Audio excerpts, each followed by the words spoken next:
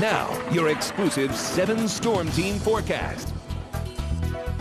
And it was quite a cloudy but kind of warm day today, and our sleep tight weather view here takes us to Upper Paddle Pond here in Quincy. And yeah, there's a little bit of drizzle falling from the sky too. I saw some drops on my windshield as I got around today. And well, it is going to be stormy. It's an interesting forecast. I'll have all the details. Let's look at that almanac really quickly here. Take a look at that. 62 degrees, just 2 degrees above our average.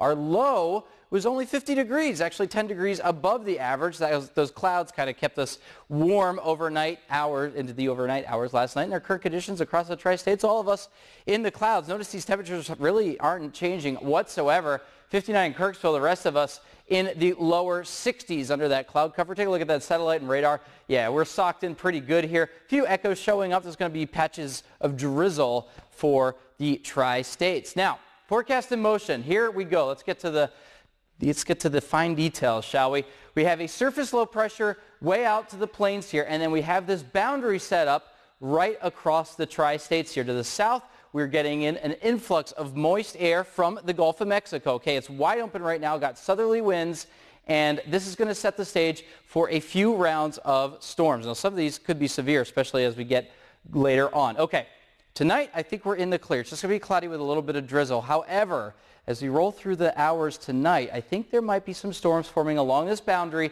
starting early tomorrow morning. Now, this shows 9 o'clock tomorrow morning, but some of the other models I was showing said it's going to be earlier. So I think there's a good chance for us, especially our southern viewers, to see some storms over the early morning hours. I'm thinking about 6 to 9 a.m. tomorrow. Some of these could have some decently sized hail, so you're going to want to stay tuned for more information on that. I'll keep an update as we go and get those new models in tonight. Now, that will clear out of our area, and the sun might come out for tomorrow. I think that sun is going to heat up the atmosphere and give us a second round of storms. And yeah, you can see this model try to fire some storms again just south of that boundary, talking about Tuesday tomorrow at 11 o'clock. So we might see our second round of storms tomorrow evening. That'll clear out. We'll clear up. We'll see the sun again on Wednesday. Now, Wednesday, this boundary you can see really isn't going anywhere. In fact, it lifts just a bit north. It involves, basically, it puts the entire tri-states in what we call the warm sector. So we're going to have a lot of Gulf moisture pumping in to this area. And yeah, we could see some more thunderstorms light up on Wednesday. These might be particularly severe. Got storms I think are going to fire along this boundary here and then down the dry line you can see in southeast Kansas. Those could be very intense, including the chance for tornadoes. I'll keep you I'll keep all the details as up to date as I possibly can. Zooming out, you can see the upper level system. This is way up in the sky here. This guy is the